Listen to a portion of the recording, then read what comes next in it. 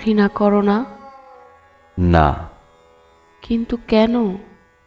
ঘৃণা করার মতো কোনো ইচ্ছা ছিল না। কেন? আমি তো ঘৃণা করতে তোমাকে খুঁজিনি, তাহলে? ভালোবাসার জন্য খুঁজেছি। এখন ভালোবাসো না? বাসি। তো বলো না কেন? দীর্ঘদিন না বলতে বলতে ভাষা হারিয়ে ফেলেছি। কিছুই কি নেই বাকি? সবই আছে, শুধু উপরে শ্যাওলা পড়ে আছে।